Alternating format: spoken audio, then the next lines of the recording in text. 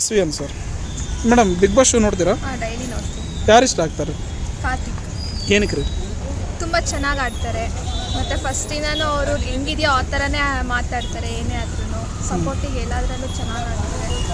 ಹಾಗಾಗಿ ಕಾರ್ತಿಕ್ ಅವ್ರು ಗೆಲ್ಲಬೇಕು. ಕಾರ್ತಿಕ್ ಅವರು ಯಾಕಂದ್ರೆ ಮೊದಲೆಲ್ಲ ಚೆನ್ನಾಗಿ ಆ್ಯಕ್ಟಿವ್ ಆಗಿದ್ರು, ಇತ್ತೀಚೆಗೆ ಡಲ್ ಆಗಿದ್ದಾರೆ ಅಂತ ಅನ್ಸಲ್ವಾ? ಈ 2 ವಾರದಿಂದ ಸ್ವಲ್ಪ ಸಂಗೀತ ಅವ್ರ ಕಡೆ ಅವ್ರು ಮಾತಾಡ್ಸಲ್ಲ ಅಂದರೆ ಹಿಂದೆ ಹೋಗಿ ಮಾತಾಡ್ಸ್ತಾರೆ. ಅದು ಕಾರ್ತಿಕ್ ಅವ್ರದ್ದು ಸ್ವಲ್ಪ ತಪ್ಪು.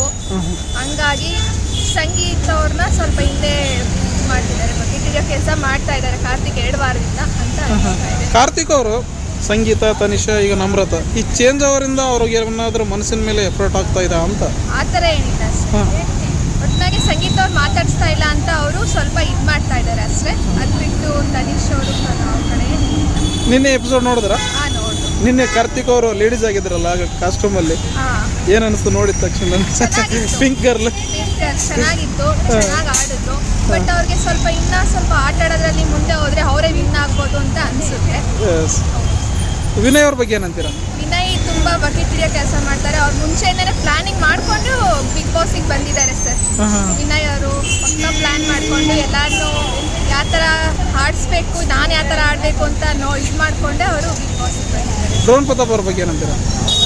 ಏನಿಲ್ಲ ಸರ್, ಅವರು ಸ್ವಲ್ಪ ಎಲ್ಲದರಲ್ಲೂ ಮುಂದೆ ಹೋಗಬೇಕು. ತುಂಬ ಹಿಂದೆ ಇದ್ದಾರೆ ಪ್ರತಾಪ್ ಅವರು.